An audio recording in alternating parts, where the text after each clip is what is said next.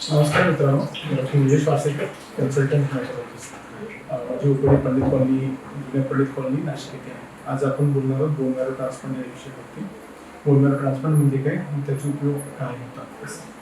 Bone marrow transplant basically आपण bone marrow ट्रान्सप्लांटमध्ये पेशंटच्या जे हिमोग्लोबिन WBC आणि प्लेटलेट बनवणाऱ्या सेल्स आहेत त्या पूर्णपणे रिप्लेस करत असतो. बोन मॅरो ट्रान्सप्लांट करून आपण रक्ताशी संबंधित काही विविध आजारांना पूर्णपणे बरं करू शकतो. याच्यामध्ये रक्ताची ब्लड कॅन्सर्स किंवा मल्टिपल मायलोमा, लिम्फोमा, ल्युकेमिया अशा प्रकारचे वेगवेगळे जे रक्ताचे आजार आहेत त्यांना आपण पूर्णपणे त्या मोडॅलिटीमध्ये बरं करू शकतो. काही पेशंट्सना रेग्युलरली ब्लड लागत असते प्लास्टिक ॲनिमिया नावाच्या आजारामध्ये किंवा थॅलेसिमिया नावाच्या आजारामध्ये किंवा सिकल सेल ॲनिमियाच्या आजारामध्ये अशा पेशंट्सना पूर्णपणे बरं करण्यासाठी आपण बोन मॅरो ट्रान्सप्लांट मोडॅलिटीचा वापर करू शकतो. बोन मॅरो ट्रान्सप्लांट प्राथमिकता दोन प्रकारचे असतात.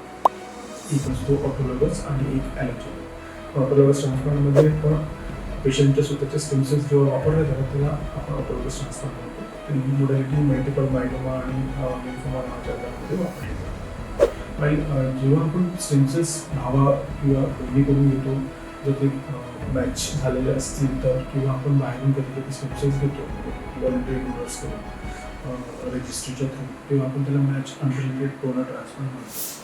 तर आता भावा आणि बहिणीमध्ये मॅच होणे म्हणजे काय, तर HLA नावाची एक टेस्ट असेल, जसं आपण ब्लड ग्रुप करून ब्लड ट्रान्सप्लांट देत असतो, तसंच स्टेम सेल ट्रान्सप्लांट किंवा बोन मॅरो ट्रान्सप्लांट करायच्या आधी आपण HLA मॅचिंग करणं गरजेचं राहतं. त्याच्यामध्ये आपण HLA मॅच करून, तर HLA मॅच असेल तर त्या डोनरला आपण त्या डोनरचे स्टेम सेल्स घेऊन आपण पेशंटला देऊ शकतो.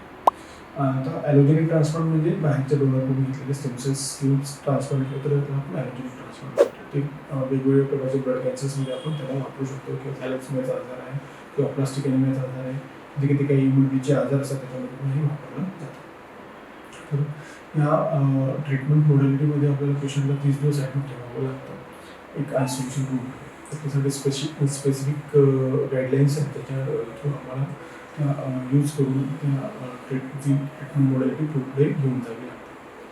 बोन मॅरो ट्रान्सप्लांट केल्यानंतरही काळजी घेणं गरजेचं राहतं, जवळपास 3 ते 4 महिने. आणि त्या बोन मॅरो ट्रान्सप्लांट करताना जी काही वेगळ्या प्रकारची काळजी घ्यावी लागते, काही अँटीबायोटिक्स झालं, काही इन्फेक्शन कंट्रोल करण्याचे मोडॅलिटीज आहेत ते आपण फॉलो करणं गरजेचं राहतं. बोन मॅरो ट्रान्सप्लांट हा जो प्रकार आहे याची खर्च जवळपास 8 ते 12 लाखापर्यंत जातो. ऑटोलॉगस ट्रान्सप्लांट असेल तर, ॲलोजेनिक असेल तर 15 to 18 लाखपर्यंत त्याचा खर्च असतो. याच्यामध्ये काही आपल्याला NGOज हेल्प करतात, CM फंड, PM फंड बरोबर फायनान्सेस त्याच्यासाठी आपण अरेंज करू शकतो. तर अशा प्रकारे हा बोन मॅरो ट्रान्सप्लांट जो मोडॅलिटी आहे आपल्या नाशिकमध्ये नाशिक हेमॅटॉलॉजी सर्व्हिसेसमध्ये अवेलेबल आहे. आणि ती त्याचा उपयोग करून आपण रक्ताशी झुंजणाऱ्या दुर्धर आजारांवरती पण आपण याचा वापर करू शकतो. धन्यवाद.